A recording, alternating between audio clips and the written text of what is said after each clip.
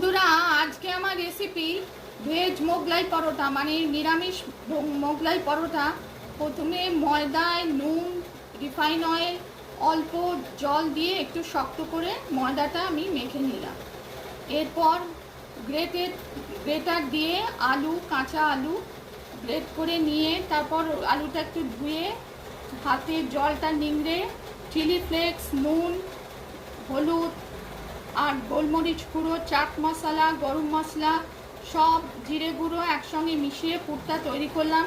তারপর একটু লম্বা করে বেলে মাঝখানে পুর রেখে একটু জল দিয়ে খামের আকারে আপনারা দেখছেন বন্ধ করে রিফাইন অয়েলে ভেজে তুললাম। নিরামিষ মোগলাই পরোটা বা ভেজ মোগলাই পরোটা। রেসিপি পছন্দ হলে লাইক করবেন, চ্যানেলটিকে সাবস্ক্রাইব করার অনুরোধ রইল। একটু ভেঙে দেখাচ্ছি, দেখুন কি সুন্দর।